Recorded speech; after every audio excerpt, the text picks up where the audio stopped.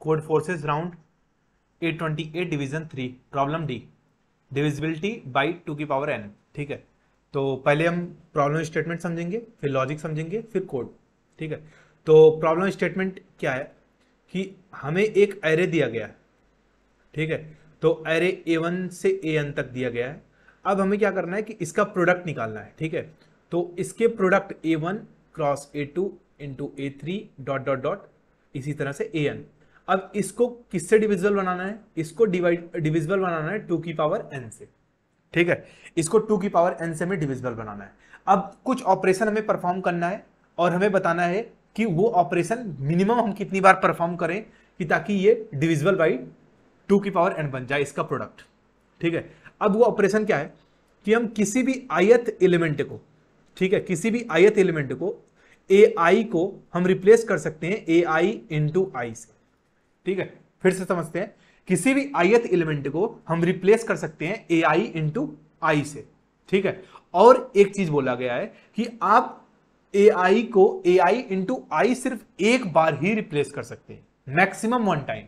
या तो आप रिप्लेस ही ना करें, और रिप्लेस करना है तो सिर्फ एक बार रिप्लेस करेंगे। ऐसा नहीं कर सकते कि AI को इंटू आई कर दिए और जब फिर से इंटू आई कर दिए, मतलब दो बार आई मल्टीप्लाई कर दिए। ठीक है, एक ही एलिमेंट पे, एक ही इंडेक्स पे हम दो बार ऑपरेशन परफॉर्म नहीं कर सकते।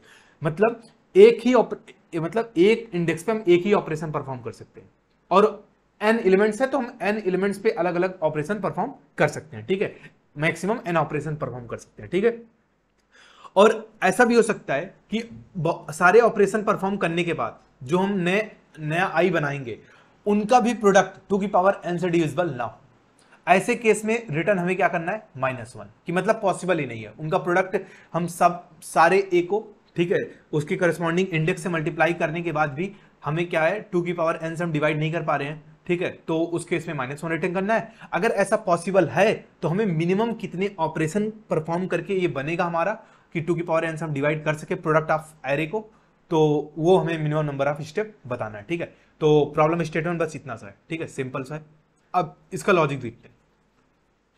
ठीक है, पहला केस तो यही होगा, केस 1। ठीक है, पहला यही होगा कि अब जो भी हम एरे है उसका प्रोडक्ट ऑलरेडी 2 की पावर n से डिवाइड हो। ठीक है, ऑलरेडी 2 की पावर n से डिवाइड हो। ठीक है, तो ऐसे केस में हमारा आंसर जो हो जाएगा वो क्या हो जाएगा? 0, और हम रिटर्न कर देंगे 0 और बाहर आ जाएंगे। ठीक है, अब अगर ऐसा नहीं हुआ तो अब हम कैसे चेक करेंगे? पहली बात तो हमारा सबसे इंपॉर्टेंट पॉइंट ये है कि हम चेक कैसे करेंगे कि 2 की पावर n से वो डिवाइड है या नहीं उसका प्रोडक्ट। ठीक है, अब एक यहां छोटा सा हुआ है कि अगर 2 की पावर n से डिवाइड करना है ना किसी एलिमेंट को, तो इसका मतलब उसके प्रोडक्ट में, उस नंबर में 2 के इतने पावर n पावर्स होने चाहिए। ठीक है, इसका मतलब अगर किसी नंबर को 8 से डिवाइड करना है तो उसमें 2 का 3 मल्टीपल होना चाहिए, क्योंकि 8 क्या होता है? 2 की पावर 3। ठीक है, तो अगर 2 की पावर 3 से मतलब 8 से किसी को डिवाइड करना है तो उस एलिमेंट में, उस प्रोडक्ट में, उस एलिमेंट के प्रोडक्ट में 2 जो है 3 बार आना चाहिए। ठीक है, अगर किसी को 2 की पावर n से डिवाइड करना है तो उसके प्रोडक्ट में, उस एलिमेंट के प्रोडक्ट में या उस एलिमेंट में 2 का मल्टीपल n टाइम्स आना चाहिए, 2n टाइम्स आना चाहिए मल्टीप्लाई होकर। ठीक है, तो अब जैसे समझ लेते हैं, एक एग्जांपल समझते हैं। ठीक है, छोटा सा एग्जांपल लेंगे जो इसमें दिया गया हो। ठीक है, तो जैसे एग्जांपल के तौर पे हम ले लेते हैं ये वाला 1 1 12 1 1। ठीक है, तो अब इसमें क्या है कि यहां पे अब इसको मल्टीप्लाई करेंगे और हमें कैसे मालूम, अब मालूम हमें कैसे पता चलेगा कि इनके इसके प्रोडक्ट में 2 की कितना पावर है? तो हम क्या करेंगे? इंडिविजुअल निकालेंगे। ठीक है, इंडिविजुअल कितने 2 ये कंटेन करता है, कितने 2 की पावर ये कंटेन करता है, कितने 2 की पावर ये कंटेन करता है, कितना ये, कितना ये, और सबका हम टोटल कर देंगे, वही हमारा 2 टोटल 2 का पावर आ जाएगा।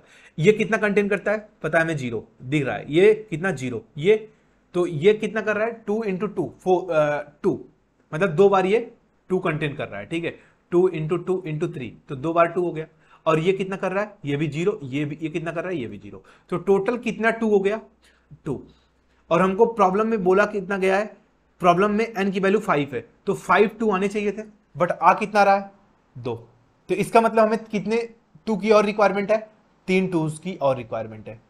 ठीक है, अब 3 2 किधर से आएंगे, कितना ऑपरेशन करना पड़ेगा, तो अगर मैं एक फोर्थ वाले एलिमेंट पे एक ऑपरेशन परफॉर्म कर दूं, इंटू 4 इसे बना दूं, ठीक है, 1 इंटू 4 4, और यहां पे एक बार मैं सेकंड वाले ऑपरेशन पे, यहां पे सेकंड एलिमेंट पे ऑपरेशन कर दूं, 2 से मल्टीप्लाई कर दूं, क्या यहां एक 2 इंक्रीज हो जाएगा, क्या यहां 2 2 इंक्रीज हो जाएंगे, तो 2 + 1 3 2s की जरूरत थी और ये रिक्वायरमेंट फिलफिल हो गई। तो कितना इंस्ट्रक्शन लगा, कितना हमारे पास, सॉरी कितना ऑपरेशन लगा, 2 ऑपरेशन लगे। ठीक है, 2 ऑपरेशन लगे, हमारा काम हो गया। तो यहां पे 2, इसी तरह में क्या करना है, मिनिमाइज करना है, नंबर ऑफ ऑपरेशन मिनिमाइज करना है। तो हमें पता चल गया कि हम 2 कैसे चेक करेंगे। ठीक है, इतना अब तक अभी हमें तक पता चल चुका है कि 2 हम कैसे चेक करेंगे। तो क्या करेंगे, हम n टाइम्स हमें 2 लाना है, तो हम क्या पहला रिक्वायरमेंट क्या कर लेंगे, हर एक एलिमेंट में जाएंगे एरे के और चेक करेंगे कि उस एलिमेंट पे कितने 2s हैं। ठीक है, उस एलिमेंट में कितने 2 हैं, उस एलिमेंट पे कितने 2 हैं, इस एलिमेंट पे कितने 2, इस एलिमेंट पे, और टोटल हम निकाल लेंगे। ठीक है, तो सम कर लेंगे कितने 2 हमें मिल चुके हैं उस एरे से। अब उसको हम क्या करेंगे, अगर मान लेते हैं काउंट है, ठीक है, काउंट वेरिएबल है, सारे 2s हमें दे दिया। ठीक है, अब अगर ये काउंट ऑलरेडी n से बड़ा या इक्वल है, तो उस केस में अगर काउंट ऑलरेडी बड़ा या इक्वल है n से, इसका मतलब जितने 2 हमें चाहिए थे, n2 चाहिए थे, n2 मिल चुके हैं, तो उस केस में आंसर क्या हो जाएगा अपना 0। ठीक है, और इस केस में अगर ऐसा इसके बाद नहीं होता है, तो हम चेक करेंगे अब वो पॉसिबल है बनाना या नहीं। ठीक है, और अगर बनाना है तो कितने मिनिमम स्टेप लगेंगे। तो अब हमको सीधा सा एक चीज करना है। ठीक है, अब बस इसके बाद क्या करना है, इसके बाद हमें सिर्फ सिंपल क्या करना है कि हमें अगर पॉसिबल अभी नहीं हुआ है, ठीक है, काउंट अगर n से बड़ा नहीं हुआ है, तो हमें कितने 2 और चाहिए, n माइनस काउंट। ठीक है, n माइनस काउंट हमें 2 एक्स्ट्रा 2 अभी चाहिए। ठीक है, तो हम क्या करेंगे, 1 से मल्टीप्लाई किससे करना है, हमें 1 से, 2 से, फिर 3 से, 4 से, 5 से, 6 से। ठीक है, मतलब इंडेक्स से ही मल्टीप्लाई करना है। ठीक है, तो इससे से डॉट डॉट n तक, n मतलब 1 से लेके n तक हमें मल्टीप्लाई करना है। अब बट हमें देखना है मिनिमम कौन कौन से इंडेक्स को मल्टीप्लाई कर दे जिससे हमारा नंबर ऑफ ऑपरेशन कम हो जाए। तो हम ये सब में चेक कर लेंगे, सब में क्या करेंगे, हम एक एरे बनाएंगे और उस एरे में चेक कर लेंगे 1 से लेके n ज्यादा बड़ा नहीं है, 10 की पावर 5 तक है, तो हम ये देख लेंगे 1 में कितने 2s हैं 0, 2 में कितने 2s हैं 1, 3 में कितने 2s हैं 0, 4 में कितने हैं 2, 5 में कितने हैं 0, ठीक है, 6 में कितने 1। इस तरह से हम सारे n के 1 से लेके n तक के में कितने 2s हैं, ठीक है, 1 के पास कितने हैं, इस तरह से n के पास कितने 2 हैं, वो हम क्या कर लेंगे, उसको हम एक वेक्टर में स्टोर कर लेंगे। ठीक है, अब जैसे मान लेते हैं ये हमको 2 दे दिया, ये 3 दे दिया, ये 0 दे दिया, 5 दे दिया, 6 दे दिया। अब हमें रिक्वायरमेंट मान लेते हैं 10 की थी, 10 2s की रिक्वायरमेंट थी। ठीक है, हमें n माइनस काउंट करके हमने पता कर लिया था कि 10 2s हमें एक्स्ट्रा चाहिए। अब हम क्या करेंगे, इस वेक्टर को सॉर्ट कर देंगे, क्या करेंगे, सॉर्ट करेंगे।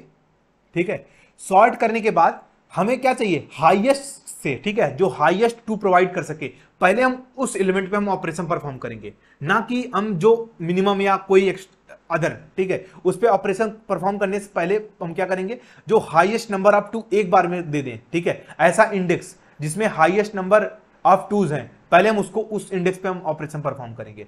तो हम सॉर्ट करेंगे। ठीक है, सॉर्ट करने के बाद जो हाईएस्ट होगा पहले हम क्या करेंगे, उसको लेंगे एक ऑपरेशन, और हम देखेंगे रिक्वायरमेंट अगर अभी पूरा हुआ है कि नहीं, और अगर फिर नहीं पूरा हुआ होगा तो हम अगला लेंगे, फिर हम देखेंगे अब रिक्वायरमेंट पूरा हुआ है नहीं। अगर इस तरह से हम क्या करते जाएंगे, हाईएस्ट से क्या करते जाएंगे, लो की तरफ आते जाएंगे। अगर पूरा का पूरा जो भी हमारा रिजल्ट वेक्टर हमने बनाया था, ठीक है, जो भी रिजल्ट वेक्टर आया था 2 का जो रिक्वायरमेंट था, अगर वो पूरा हो जाता है, ठीक है, वो अगर पूरा हो जाता है बट हमारा रिक्वायरमेंट मीट नहीं करता, ठीक है, सारे 2 जितने इंडेक्स से आने वाले थे, सारे 2 फिर से देख लेते हैं। ठीक है, सारे 2s जितने भी उस इंडेक्स से आने वाले थे, अगर हम उनका भी सम कर लेते हैं, प्लस जो हमारा काउंट था, ठीक है, जो उस एरे के प्रोडक्ट से बना था, वो भी काउंट मेंटेन कर लेते हैं। अगर ये दोनों करने के बाद भी n हमारा बड़ा है, अगर n बड़ा है तो इसका मतलब क्या है कि ऐसे केस में आंसर पॉसिबल नहीं है, और क्या कर दो, -1 कर दो प्रिंट। फिर से देख लेते हैं इसका लॉजिक एक सेकंड में।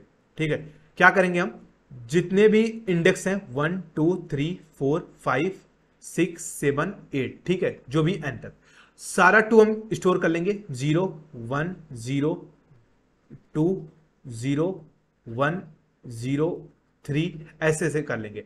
अब इसको स्टोर करने के बाद क्या करेंगे, हम सॉर्ट कर देंगे, ठीक है। तो 0 0 0 0 1 1 2 3। अब क्या करेंगे हम, स्टार्टिंग या तो हम इसको रिवर्स कर लेंगे, स्टार्टिंग से ले लेंगे या तो हम आखिरी से लेंगे। ये देखेंगे कि अब क्या कर लेंगे, हम एन में से काउंट माइनस कर लेंगे, इतना हमको रिक्वायर्ड चाहिए, ठीक है, रिक्वायर्ड। अब देखेंगे 3 लेने के बाद क्या रिक्वायर्ड पूरा हो जा रहा है, रिक्वायर्ड में क्या करेंगे हम 3 माइनस कर देंगे।